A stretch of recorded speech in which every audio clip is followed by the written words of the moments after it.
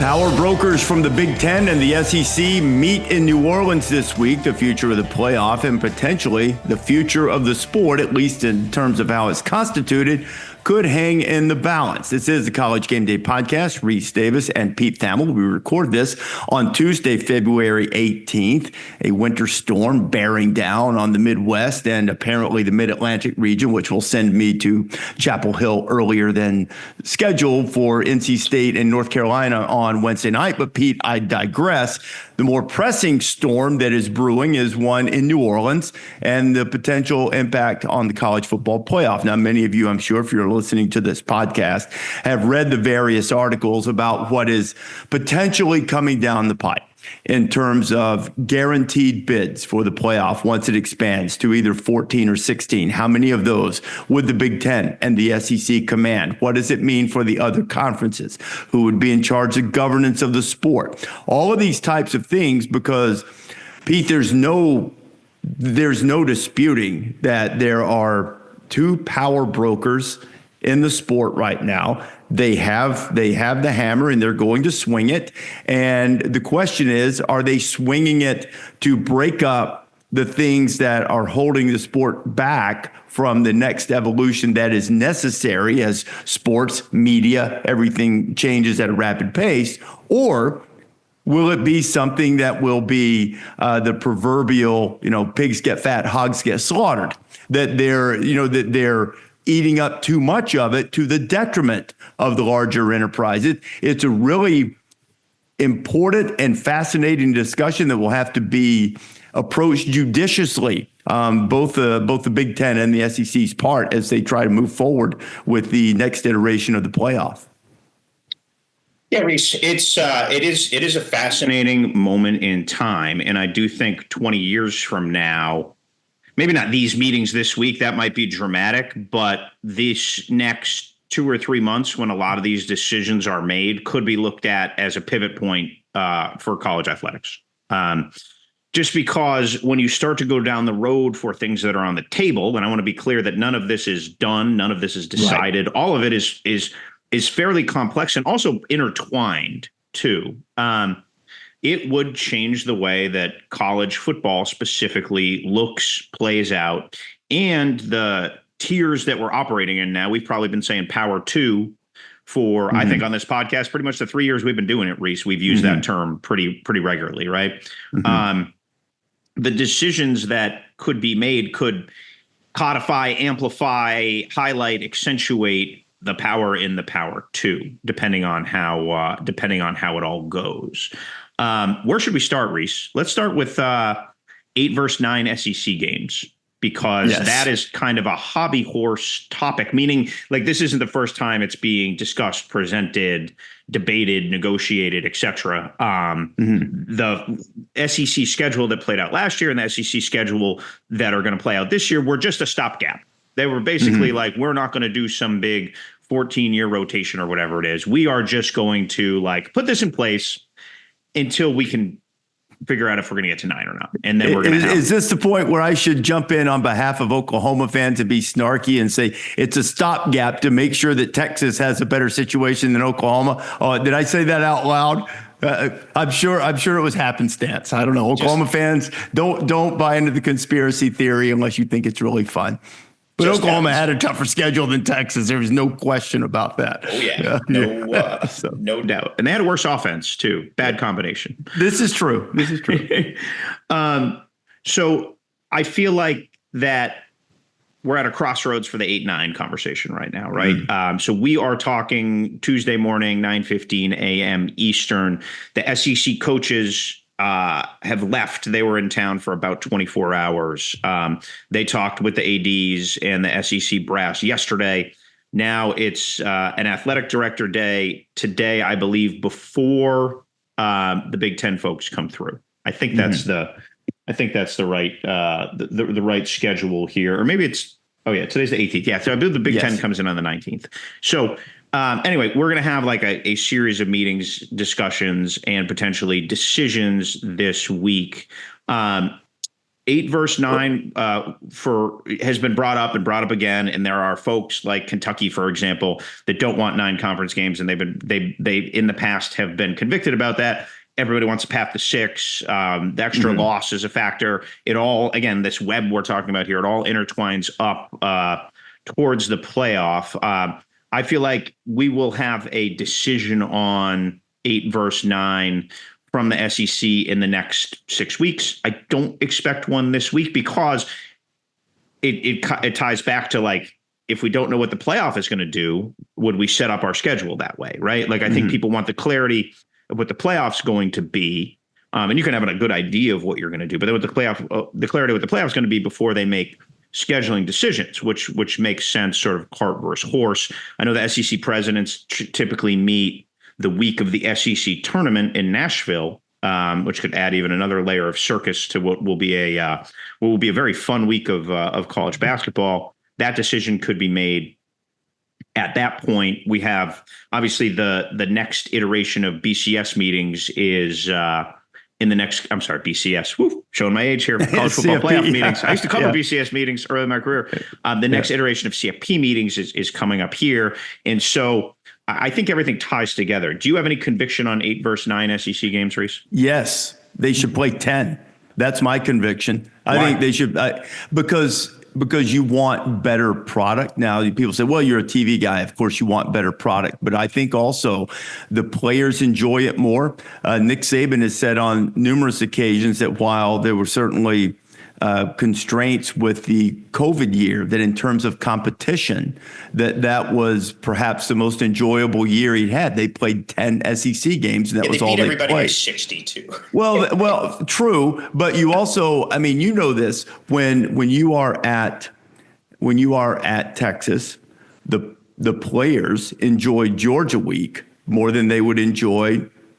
I was about to say no disrespect. There's no way to say this without being disrespectful to some degree, and I apologize for it. But the Texas players would enjoy Georgia week more than they would enjoy Georgia State week. I mean, that's just the way it is. And I think that if you're going to get to this level and there is separation and you're going to have these gargantuan conferences, then you should play as many conference games as possible. Knowing that they won't go to 10, which would give you 5 home and 5 away, then they should go to 9. But there are prongs to this. There's also the business aspect of it, and the negotiations that are outside the realm of the host of College Game Day and the ace reporter on College Game Day in terms of making the decision about, okay, you're providing more inventory to your media partner. What is given back in exchange for that? I understand the business aspect. I'm speaking only from the competition aspect. If I were in charge, I would advocate for the SEC and the Big Ten to play 10 conference games and to play someone else. I know they're talking about a schedule arrangement against each other, and that's great. But I would say then one more against somebody, whether it's, your ACC rival or Big 12 team you play, whoever else it is of a high caliber game, so that you only have one outside of that. And I realize what it does to the other ones on the outside, but as college football evolves and grows, you have to think about continuing to generate the revenue by keeping fannies in the seats, by keeping eyes on the television set, and on the field, keeping interest of your players. And the interest of the players to provide a good show. They enjoy playing big games. You and I were just in Tuscaloosa, and I know you don't get 1 versus 2 all the time, for Auburn versus Alabama. There was an electricity surrounding that you wouldn't get if you were playing a lesser opponent. And I realized that was serendipitous, middle of conference season, top 2 teams, all of that. But when you can generate a buzz on campus for a regular season game, and as the playoff expands in college football, as it has been for years in college basketball, that it's difficult to generate excitement for a regular season game, you need to do whatever you can to try to make the regular season as interesting and compelling as possible. And the best way to do that, in my judgment, is to play as many high-level games as you possibly can. Players are being paid now. There's revenue sharing now. The product demands it now. And so I think they should play more, but I realize that there are business negotiations that will impact that. The thing that I have a bigger, I don't want to say problem with, but I can't quite get my head around, and I've said it on this podcast, I'm not a fan of the automatic berths for the SEC and the Big Ten, because there are going to be years, like in a 12-team field, this year was a good example, where if you were required to put a fourth SEC team in, there's not a clear-cut answer there. And it might even be that the team wasn't worthy of playoff this year. And I would say that this year is probably true. And I realize the pushback is going to be, well, what is it that made SMU playoff worthy? And that's fair. Or Miami, who I sort of favored, I think, to get that last spot, at least in terms of my evaluation and judgment. What made them worthy? Those are all fair questions, because all of those teams at the end of the line have major holes in the resume. If you are required to put a certain number of teams from a conference in, the upside of it is that they will likely play their way in some fashion. Whether it's the model that people have talked about, that 3 versus 6 and 4 versus 5 playing, the winners get the automatic berth. The people will like that. That will be compelling. But there will be years when 5 and 6 in that league really aren't playoff teams. They pull an upset in a game and they get in at the expense of someone who perhaps was better.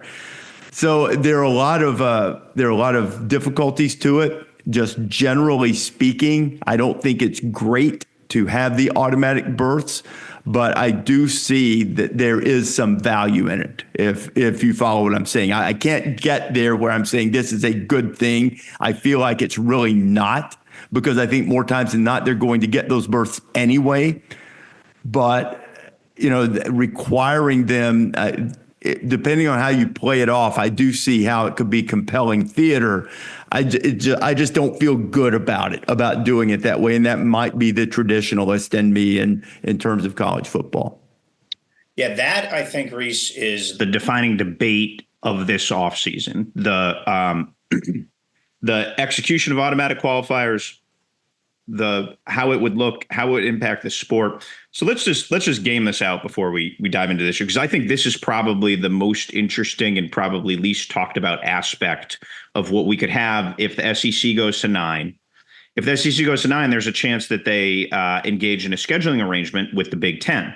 All right. Mm-hmm. So if they do that, all of a sudden now you have 10 games on the books. The rivalry folks, the Kentucky, Louisville, Georgia Tech, South Carolina, Clemson, would then have like 11 power games on the books. Right. So all of a sudden, everybody, especially with 11, but pretty much everybody would be like, well, if we're going to do that, if we're going to play those schedules that you said you favored because they're better for the players, they're better for the product, they're better for the inventory, it would be almost hard for the SEC to not go to an AQ system at that point. So everything's intertwined here in a very real way. But if those three things happen, and it is a huge if with a lot of complicated, expensive variables in time, it would really change the way the sport looks, Rece, because we just wouldn't have, other than the ones that are scheduled already, meaning like the rivalries, we wouldn't have the crossover of the ACC playing the SEC in a significant way. Like I know Clemson's on the books with Georgia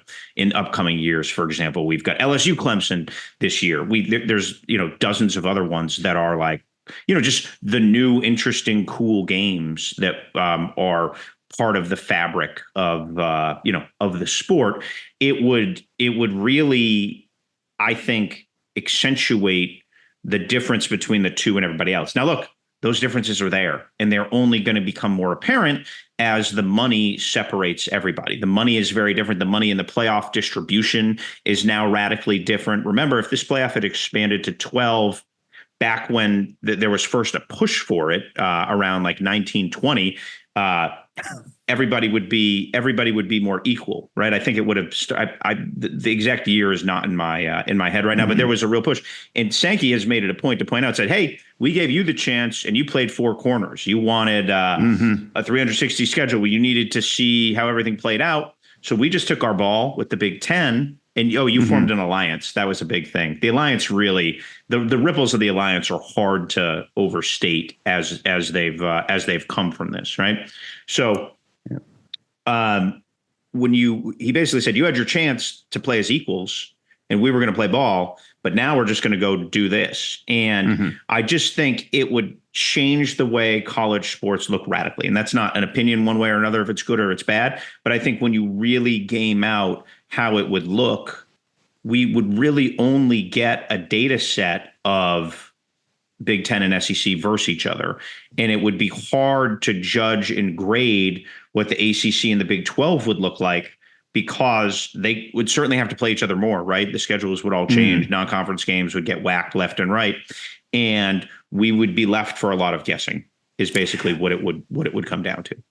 And the other thing, Pete, is then it sort of begs the question about, okay, we feel like that we have some peace right now in terms of conference realignment. Will this then upset that peace? And all peace in conference realignment is very temporary. It's like, it's sort of like the proverbial world peace. That's only there for a minute and a half until someone else gets upset. And that would be what would happen with this. And then, so how would that play out? And I know, I have to be careful with my words because we caused a tempest in a teapot, over a relatively innocuous statement, on basketball, speaking on this topic and valuing rivalries. But we have peace at the moment. We have contracts at the moment. And who knows how that would play out long term if you did it this way and then limited the access to the other conferences. And the other aspect of that, and this is already happening, I understand that, but you are going to then also enhance the power in recruiting of the top two leagues, enhance the power of the portal of the top two leagues, which they already have. I know, but then you're going to have KC Concepcion, wins awards, dynamic player in the ACC, portal, SEC, and Big 12 guys happen. And I know it's gone the other way too, but I think then you are going to incentivize even more of that. And certainly from the group of five, the elite players will be going into those two leagues for the most part. And, the years where, Texas Tech gets its, billionaire booster or whatever on board and lined up, and they would probably become fewer and farther between. And that's not to say that those teams couldn't put together great classes and a great team and maybe make a run, maybe win the thing. But it is going to be more difficult, and there's going to be a wider gulf between the two, not only in money and not only in schedules, but also in player acquisition, I would think. Yeah, it's interesting, Rece, because the counter argument to that, and I'm not making it, I'm just stating it, is that financially everyone's going to have the opportunity to be equal with their roster, right? Now there is always going to be sidecar NIL and all that stuff, and that's a whole other rabbit hole in the management of that. And that was presented to the SEC coaches yesterday, how it would look under this new Deloitte system of enforcement. And the coaches actually, and I tweeted this last night, were actually fairly optimistic about how that sounded and would look. The SEC coaches, not a generally optimistic group when it comes to rules, right? Yeah. So, but I do think that it'll be a very weird time, because in theory, NC State could be spending as much as South Carolina, right? And fill in the blank. Texas Tech could be spending on their roster per rev share as much as Texas, and we can go up and down the coast. Can I present a counterpoint to you here on that aspect? That I understand all of that, and it's true. So the question is, if you are an actor, do you prefer to play on Broadway, or do you prefer to play in off Broadway or in average size city, nice arena? Do you prefer to play in downtown Jacksonville, great arena, great place to see a show, tremendous talent, or would you rather play Broadway? And that's the aspect I'm talking about, Pete, yes. that I think will be the money is going to get some stars. There's no doubt about that. But you're also going to have the people that are going to want to play Broadway. And I don't think I'm being insulting to say that the Big Ten and SEC will be Broadway. That's what it'll be. So I was going to round my point by saying financially, technically, it would be equal, but perception-wise, it won't be. It just won't be. So Tony Petitti is really pushing the AQs. He's been very vocal about it. It could create some more very valuable inventory for how this would work. And I've been told that if there's a Big Ten championship game, for example, a piece of inventory that I would think has to stay on the table just because it rates monster, even like those like terrible Michigan, Iowa games, meaning lopsided, right? Rated like unbelievable numbers. And so do those two get buys, Rece, and then 6 goes to play 3? I don't know who 6 was this year, but let's say it was Illinois, right? They were probably right around there. Yeah. They go to Ohio State, who was 3, and then somebody goes to Indiana or something, or Iowa. I don't know who it was off the top of my head, but like, which would create 2 additional very lucrative games. Another idea that has been bandied around is you give the champion a bye and then play 4 games, 7-2, 6-3, 5-4. And then instead of like a championship weekend, you have a championship like weekend. So I think that's all going to be explored as the SEC talks through different options this week on where it ends up.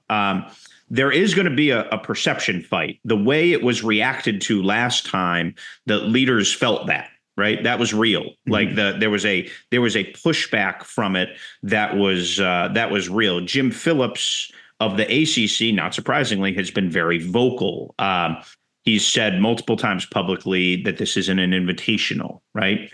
And I think that is trying to start the anti-narrative of what it would be. But I don't think it's too drastic to overstate that like these next 3 or 4 months are going to reshape the entire sport of college football. Like I think that's where we are right now. And I think the issues are complex enough and financially just vexing enough where it's certainly not fait accompli that we're going to have all this stuff come through.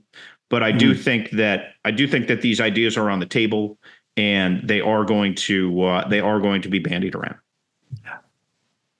You are a reporter who refrains often from making evaluations of whether something is good or bad. What conviction do you have? Because I've always felt like that this is too popular, too important to too many people, meaning the fans, the supporters who ultimately drive the revenue, whether through watching, going, contributing, whatever, that it's too big, too important, that no matter what they do, they won't really mess it up. And I do think there is the danger of, not ruining it so that no one cares. That would never happen in our lifetimes, but injuring the perception of it to the point that you end up hurting the overall enterprise outside the pockets, outside of Columbus, Ohio, and Tuscaloosa, Alabama, and Athens, Georgia, and Ann Arbor, Michigan. That outside of the places that still have stakes and that are still in the middle of it and still are playing big games, that the other people who are drawn to it would be less likely to be drawn to it. What are your thoughts on the danger? Not saying that they will if they do any of this, but the danger if they don't thread the needle properly, that this could happen. Yeah, I mean, look, I think that point is valid, Rece. One of the reasons why you love college football and I love college football is One day for game day, we're in the pre-dawn darkness of Eugene, right? And the next week we're in Knoxville and it's bonkers. And then we're at James Madison and then we're at Montana State. It is this just like big banana republic of just like goofiness, right? That is all united. And the playoff, I really think we can go back to the BCS. I jokingly referenced it before. I think if you go back 25 to 30 years, having sort of a common push for a champion united the country, and it took the sport from regional passions to a national following where it is now. And there is, I think, the possibility that if you push these two leagues up, which again, do go coast to coast, do cover a lot of ground, and you push the other ones down, that same sort of kineticism that exists right now. And I'm not saying everybody's equal. I'm not some naive traditionalist or anything like that. Yeah. But I do think a separation could just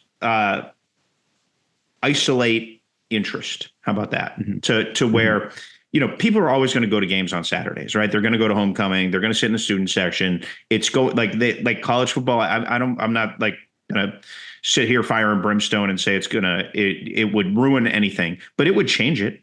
It would change how within the Big 12 and within the ACC, how things are viewed and done. And I do think it would motivate schools.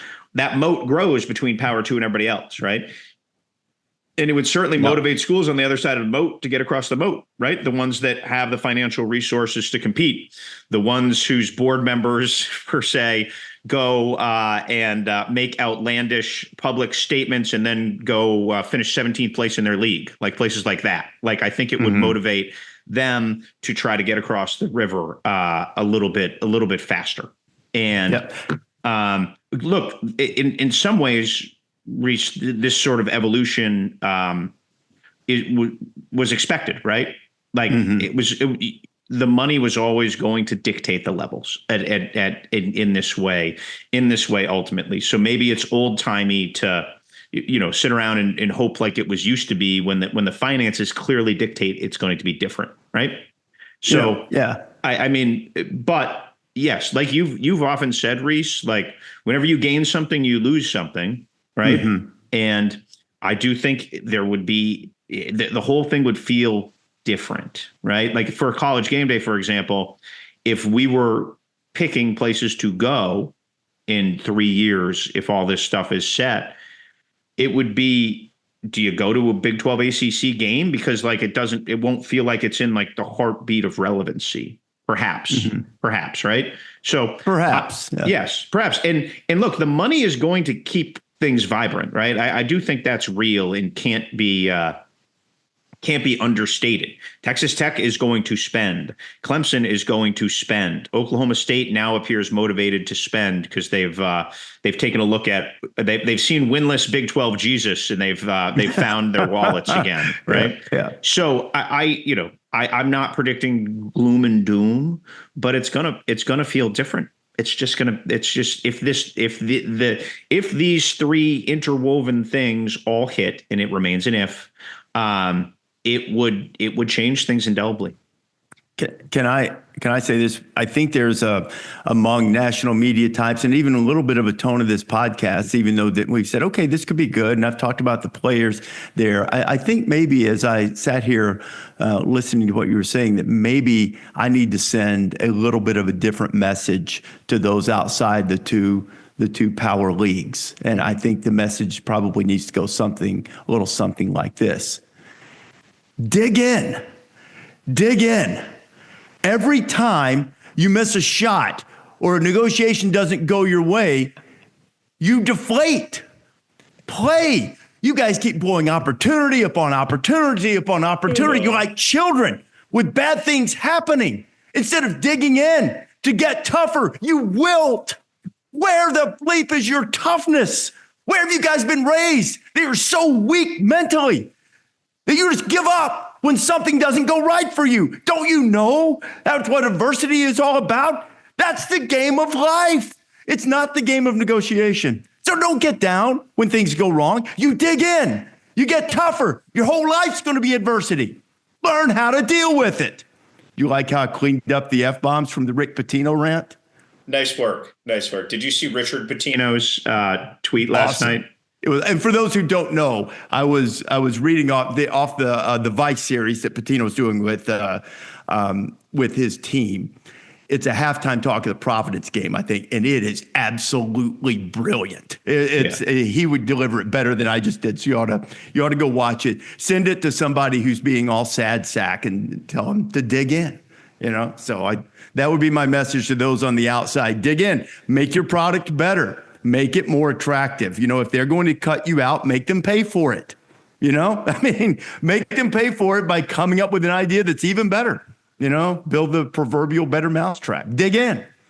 So, but no, tell them what Richard said. Richard, who, by the way, is a really funny guy. Richard is genuinely funny. We claim him. He grew up in the Boston area when his dad was the Celtics coach. So we can claim him as a masshole. I think he would find that as a compliment, much like me. And we've assumed Bill O'Brien would. So he quote tweets the Rick Pitino halftime rant and says, PTSD of the time I didn't make my bed.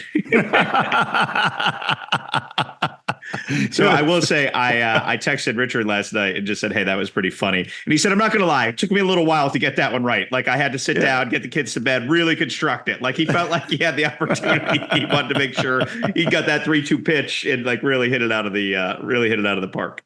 It's it's really funny not to take this to basketball because I like teams that can score. I like teams that play fast. I like, you don't make a shot. I generally don't like watching you play. Yeah. St. John's has been a little bit of the exception. Some of it may be my affinity for Pitino. It's a great story too. And he's been good to me. It's a great story. And it's I've said many, many times for years, equal talent. 1-game series, walkout. I get to choose my coach, with $1 million on line. I'm taking Rick Pitino. And this is exhibit A of why. Because he was among the first to embrace the 3-point shot before analytics became the thing, threes and at the rim, pressing and all that stuff. Well, he's got a team that they can press, but he's got a team that can't make a shot. They can't shoot. They can't make threes. They can't make free throws. But they can score in the mid-range. The forgotten art. He's got 2 guys, Lewis and Kadari Richmond, who can score in the mid-range. So that's what they do, and they're leading the Big East. That's exhibit A. Dan Hurley, admittedly, at this moment in time, best coach in the game. You don't win back-to-back national championships like that. So I don't mean this, to cast aspersions at Izzo, who I love, or Bill Self, or Calipari, or Nate Oates, or Bruce Pearl, or anybody else, but I think that guy's virtuoso and brilliant, and he's won so many different ways over the years. Should we hijack the pod and talk about NCAA tournament expansion since we've already veered accidentally into basketball? Yeah, let's wrap it up with that, and then I want one more football thing to put a bow on it. We talked about college football playoff expansion, and you reported on Saturday on College Game Day that there's an appetite for NCAA basketball tournament expansion too, huh? Well, yeah, and that has been in discussion. Greg Sankey first said it out loud, I think, in 2022, and that's been moving that way. What we reported Saturday was that 76, if they were to expand, and it's a negotiation with a media partner, so nothing's done, would be the more likely option of what it would look like. It'd be an addition of 8 teams, 8 more games, another site. They obviously play the first 4 in Dayton. I would imagine that Dayton gets 8 and then another site gets 8. I was told it would likely be outside of the Eastern time zone. So do they use Dallas, Frisco, whatever they've used for some stuff? Do they use Vegas? Something like that, because you need to go from there and distribute from your pods there to play games on Thursday and Friday. So from a travel perspective, if you have to go to Spokane or Salt Lake or the normal, there aren't a ton of West Coast venues, right? Kansas City, Midwest, whatever, you'd want reasonable travel. So if you're going to end up in Charlotte, you go to Dayton, et cetera. San Diego, remember one year Notre Dame had to slog out to San Diego to play from Dayton, and I think they won actually, but everybody made a big deal. So anyway, logistically, that would be what this would look like. They do seem to be, down the road. I was told that we should know fairly soon, few months, 2-3 months, something like that, of how that negotiation unfolds. And this would be for 26. Like, if this is going to happen a year from now, we will know in the relatively near future what it, whether or not this is going to end up happening. So, what is your opinion on this, Rece Davis? I mean, I don't know. I think it's plenty big enough. I mean, I understand why you do it. You've got to have the access for the smaller conferences. You get the Maryland, Baltimore counties, and pulling the upsets that everybody remembers, and that's all great. But I feel like there's enough. I think there's enough access and enough mediocre teams in the field already. So I'm not diametrically, opposed to it, but I also don't have, just absolute advocacy for, for tournament expansion. It's big enough. It's big enough now, I think, and there are enough. You've thrown enough landmines in the way of the good teams, because everybody loves the first round upsets, and you don't love it so much when it gets to the second round. If you get two first round upsets in the same bracket, then you wind up with something a little bit less than what you might want later on. But as the talent is spread out a little bit, you do get the Florida Atlantics and the San Diego States, who are able to make the Final Four, and all of those are good stories, because like even NC State last year that made the Final Four, still a high major team that just caught fire at the right time. Sort of hit their rhythm at the exact right time. Got some nice nighttime banking hours in the ACC tournament to stay alive, and just took off from there. So you still have that. So I'm not against it, but adding more mediocrity to what is a tremendous event, one of the most dramatic and compelling events on the sports calendar every year, doesn't crank me up, but I'm not against it. It's more games. It'll be fun. We'll all watch. And, so I'm not just absolutely saying this is a travesty, but I'm not jumping up and down and saying we need to have it happen either. Can I read you the 8 teams that are out right now that presumably would be in from the latest Joey Brackets update on mothership.com? Please do.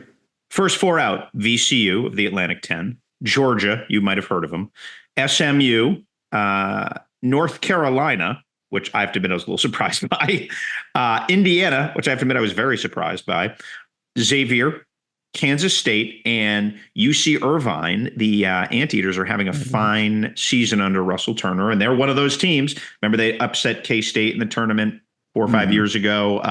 The UC Irvine's having an excellent season, and would be the kind of team that makes March great, right? Like, UC Irvine beat K-State, your bracket's busted. Like that is the rhythms of what has made this thing great. But there is some high major flotsam and jetsam in there by performance, not by brand. Pretty good. Arkansas via this is in, by the way. So is Oklahoma, Wake Forest, who, by the way, is like perpetually on the bubble. Forbes is the new Greenberg. Like those guys can't stay off the bubble. And San Diego State is in there. So there is probably better representation league-wise than you would think there, but it is weighted towards the bigger leagues. And this is what I would say. My general opinion of this is, Rece, it's just kind of like what we signed up for in big time college athletics. It's become a $1 billion business, right? Do we need this? No. Am I pining for it? No. Is this a byproduct? I think I looked this up because I had written it last year. I believe the number of teams in Division I when they expanded in 85 was like 282, might have been 260, somewhere in that neighborhood, and maybe 280. And we're about 100 more than that now, 80 more than that now, right? So there is sort of like hey, we haven't done this in a large scale way in 40 years. The operation is bigger, but I'm not naive. It's not because there's more, Mercers who've popped up. It's because that these big leagues have gotten bigger, and the commissioners from the higher level are pushing towards getting the Arkansas, Georgia, North Carolina, those types of teams in. Like that's just the reality of it. Now, from a consumer, right? And we're a media and we cover this stuff, but we all are consumers and lovers of the games. I imagine that week becoming, because you can't play all these games at night, right? So I would imagine we're getting daytime NCAA tournament basketball Tuesday and Wednesday. Now, no one's like leaked me the documents and shown me that, but I don't, you're either playing the games at 2 a.m. or 2 p.m, right? Because you're probably not going to double up.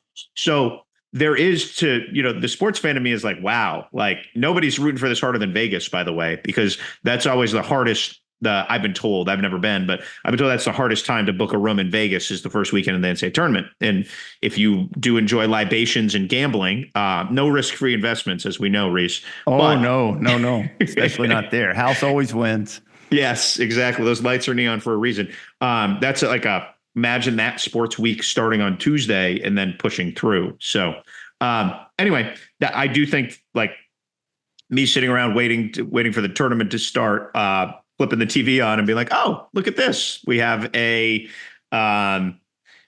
SMU Xavier game 2:00 on a Tuesday. It's like, I'm going to watch this.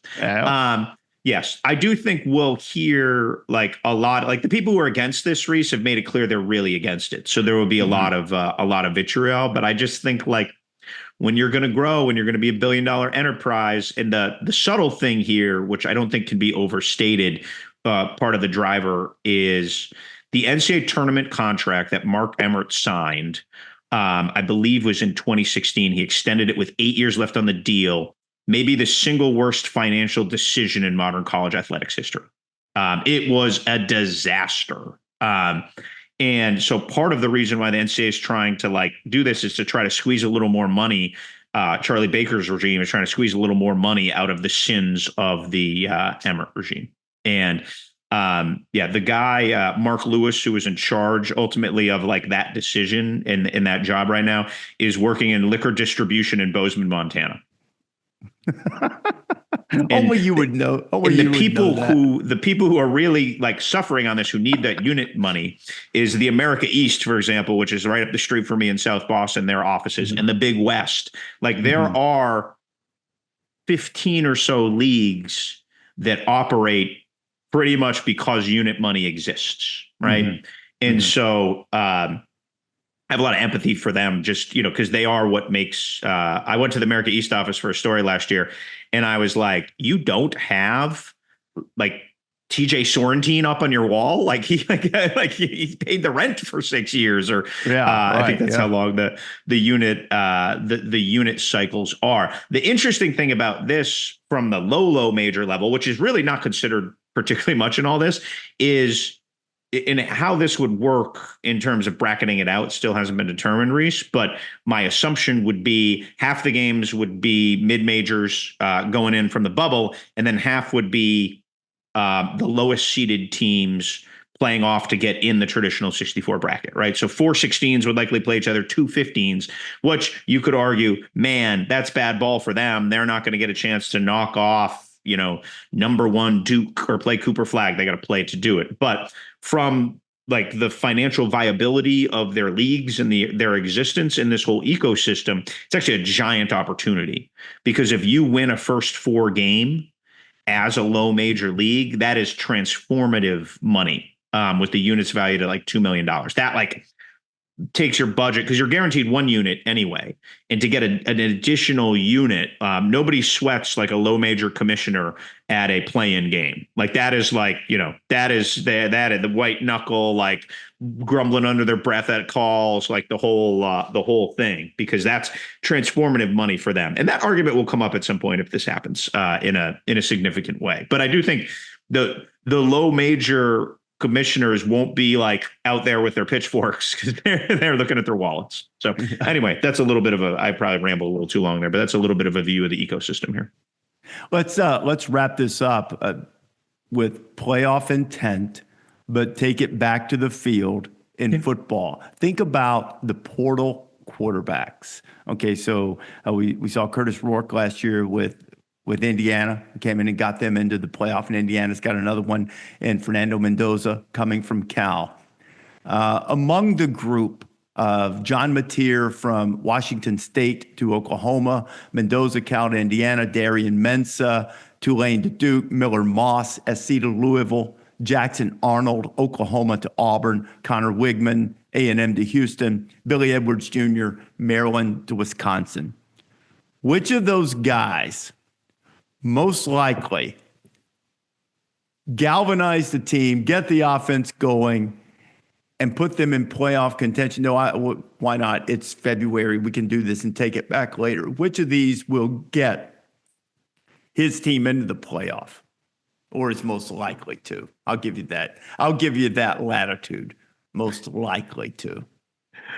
Well, I don't have an answer for playoff, but the guy who the most pressure is going to be on and is the most fascinating of all those quarterbacks is Mateer, because the fate of Oklahoma football rides on his arm and legs, right? They brought Mateer in. They brought his OC Ben Arbuckle in. They paid him a ton of money. Brent Venables is at a crossroads right now. He's made a ton of new coach mistakes, right? They've cycled through OCs.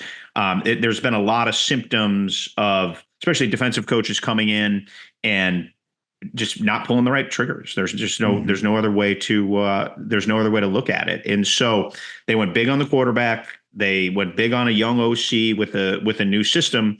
And if this doesn't work, there's going to be a season of hard conversations at Oklahoma. So I think that one to me is the most interesting because the stakes are the highest. But I don't like they could have a really good season and not make the playoff and get things on track for Venables. Yeah, I think the guy that left Oklahoma is pretty compelling because I would say maybe not to the extent that Venables and Oklahoma's at a crossroads, but one might say the same for Hugh Freeze and Auburn. And with Jackson Arnold going there, I think that's pretty compelling. I think the guy most likely to put up gargantuan numbers to maybe somehow sneak his team into the field will be Miller Moss at Louisville.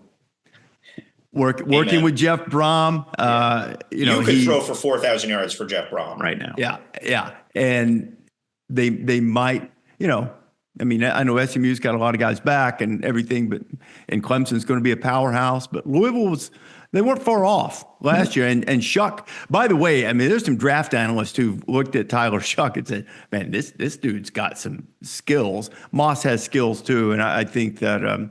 I think he could be another one to watch. We'll dive into this more as we get closer and closer, and probably dive into Shuck a little bit as we start to talk about drafts. It's been fun getting back on this. You and I will be headed to Houston for College Game Day basketball this weekend. Iowa State and the Cougars, Kelvin Sampson's team. Really good, and looking forward to seeing you out there. Thank you for listening to the College Game Day Podcast. Download it wherever you prefer to get podcasts, or better yet, subscribe so you never miss a single episode.